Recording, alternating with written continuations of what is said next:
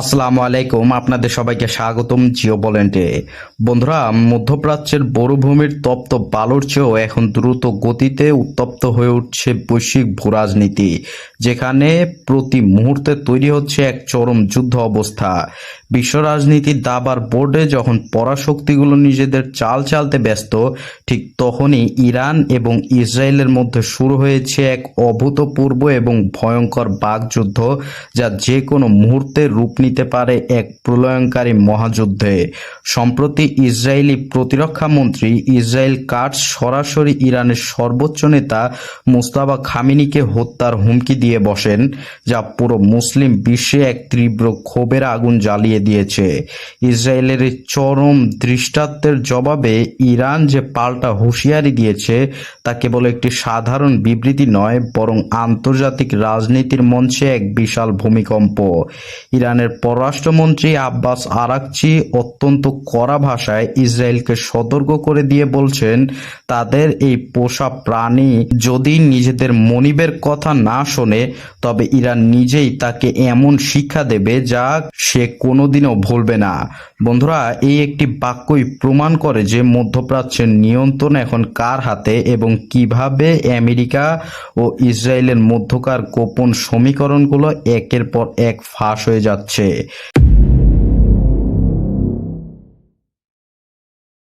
বন্ধুরা, ঘটনাটির গভীরে প্রবেশ করলে দেখা যায় পশ্চিমা শক্তির অন্ধ মদদে পুষ্ট ইসরায়েল এখন এতটাই বেপরোয়া হয়ে উঠেছে যে তারা আন্তর্জাতিক সব নিয়ম কানুনকে বুড়ো আঙ্গুল দেখাচ্ছে। ইসরায়েলি প্রতিরক্ষা মন্ত্রী ইসরায়েল কাটস প্রকাশ্যে গণমাধ্যমে দাবি করেন, ইরানের সর্বোচ্চ নেতা মোস্তাফা খামেনিকে নাকি হত্যার জন্য চিহ্নিত করা হয়েছে।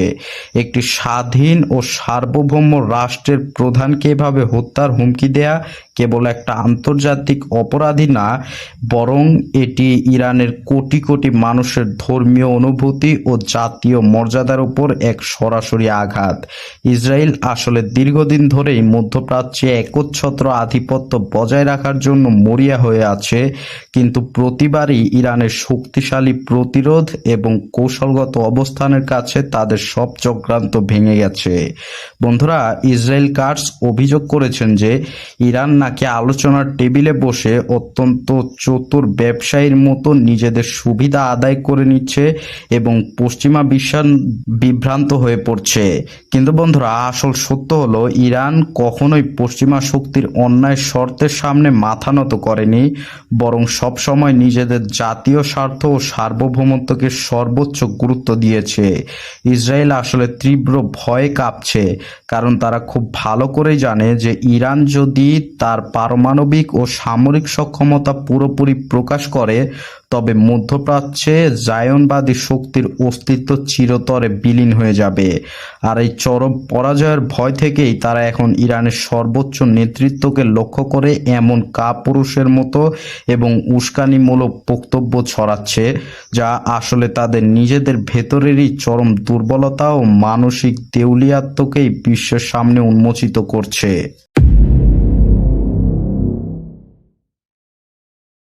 বন্ধুরা, ইসরায়েলের এই চরম দৃষ্টান্তপূর্ণ বক্তব্যের পর ইরান কিন্তু এক মুহূর্ত চুপ করে বসে থাকেনি, বরং ইরান থেকে ধেয়ে এসেছে এক ভয়ঙ্কর পারমাণবিক ও সামরিক হুঁশিয়ারির বজ্রধ্বনি। ইরানের পররাষ্ট্রমন্ত্রী আব্বাস আরাকচি অত্যন্ত সুনিপুণ কূটনৈতিক ও মনস্তাত্ত্বিক চালে ইসরায়েল এবং তার আসল মুরব্বি যুক্তরাষ্ট্রকে এক চরম কাঠগড়ায় দাঁড় করিয়েছে। আব্বাস আরাকচি অত্যন্ত স্পষ্ট ভাষায় বলছেন, ইরানের জনগণ এবং দেশের নেতৃত্বের বিরুদ্ধে যে কোনো ধরনের হুমকির জবাব দেওয়া হবে তাৎক্ষণিকভাবে, এবং তা হবে এতটাই শক্তিশালী যে ইসরায়েল কল্পনাও করতে পারবে না। কিন্তু বন্ধুরা, আব্বাস আরাকচির বক্তব্যের সবচেয়ে আকর্ষণীয় এবং রহস্যময় অংশটি ছিল যুক্তরাষ্ট্রের প্রেসিডেন্ট ডোনাল্ড ট্রাম্প এবং ইসরায়েলের মধ্যকার গোপন সম্পর্কে চিরন্তন সত্য ফাঁস করে দেয়া। আব্বাস আরাকচি প্রকাশ্যেই তেল আবিবকে যুক্তরাষ্ট্রের পোষা প্রাণী এবং ওয়াশিংটনকে তাদের মনিব বা মাস্টার হিসাবে অভিহিত করেছেন। তিনি মনে করিয়ে দিয়েছেন যে ট্রাম্প নিজেই প্রতিশ্রুতি দিয়েছিলেন তারা তাদের এই পোষা প্রাণীকে নিয়ন্ত্রণে রাখবেন, কিন্তু এই অবৈধ রাষ্ট্র যদি এখন নিজেদের মনিবের অবাধ্য হয়ে কোনো ধরনের পাগলামি করতে যায়, তবে তা ইরানকে এমন এক শিক্ষা দেবে যা পরিণত হবে অত্যন্ত ভয়াবহ।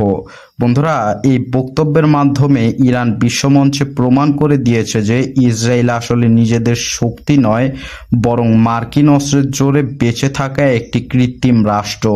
ইরানের এই কড়া জবাব কেবল ইসরায়েলি ডিফেন্স ফোর্স বা আইডিএফ এর বুকেই কাঁপন ধরায়নি, বরং হোয়াইট হাউসের নির্ভীকতাদের নতুন করে ভাবতে বাধ্য করেছে যে ইরানের সাথে সরাসরি সংঘাতে জড়ানোর পরিণতি কতটা ভয়াবহ হতে পারে।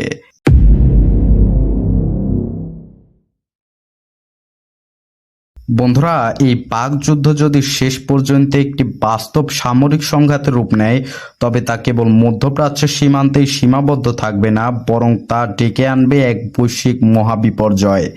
বিশেষজ্ঞদের মতে ইরান যদি তার সামরিক শক্তি প্রয়োগের চূড়ান্ত সিদ্ধান্ত নেয়, তবে প্রথম আঘাতটি আসবে বিশ্বের সবচেয়ে গুরুত্বপূর্ণ বাণিজ্যিক রুট হরমুজ প্রণালীতে, যা ইরানের আগে অবরুদ্ধ করেছিল। আপনারা জানলে অবাক হবেন যে ওমানের সাথে যৌথভাবে হরমুজ প্রণালীতে স্লভ আরব ও পূর্ণ নিয়ন্ত্রণ নেয়ার এক মহাকৌশল ইতোমধ্যেই তৈরি করে ফেলেছে ইরান। যদি এই জলপথটি একবার অবরুদ্ধ হয়ে যায়, তবে থমকে যাবে পুরো বিশ্বের জ্বালানি তেলের সরবরাহ ব্যবস্থা, যার ফলে বিশ্ববাজারে তেলের দাম মুহূর্তের মধ্যে আকাশচুম্বী হয়ে পড়বে, সাধারণ মানুষের নাগালের বাইরে চলে যাবে আগের মতো। পশ্চিমা অর্থনীতি, যা ইতোমধ্যে ইউক্রেন যুদ্ধ এবং অভ্যন্তরীণ সংকটে জর্জরিত, তা এই এক ধাক্কাতেই তাসের খড়ের মতো ভেঙে পড়বে। বন্ধুরা, রাশিয়া, চীন এবং ইরানের মধ্যকার ক্রমবর্ধমান কৌশলগত অক্ষ ইতোমধ্যেই পশ্চিমা সাম্রাজ্যবাদের ভিত নাড়িয়ে দিয়েছে, যার প্রমাণ হিসাবে রাশিয়ার পক্ষে ইউক্রেনীয় বাহিনীর বিশাল ক্ষয়ক্ষতি এবং চীনের গোপন সামরিক সহযোগিতার রিপোর্টগুলো বারবার সামনে আসছে।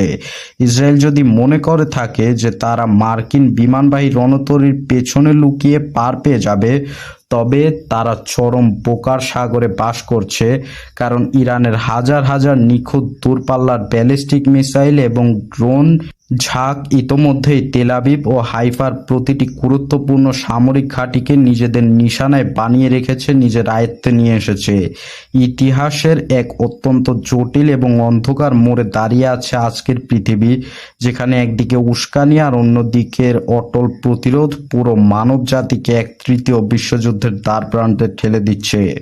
পশ্চিমা শক্তির অন্ধ অহংকার আর ইসরায়েলের এই লাগামহীন আগ্রাসন কি শেষ পর্যন্ত তাদের নিজেদেরই সম্পূর্ণ ধ্বংসের কারণ হয়ে দাঁড়াবে, নাকি ইরান তার সামান্য রণকৌশল ও বীরত্বের মাধ্যমে বিশ্বমঞ্চে এক নতুন শক্তির ভারসাম্য প্রতিষ্ঠা করবে? আপনারাই বলুন কমেন্ট বক্সে। আল্লাহ হাফেজ।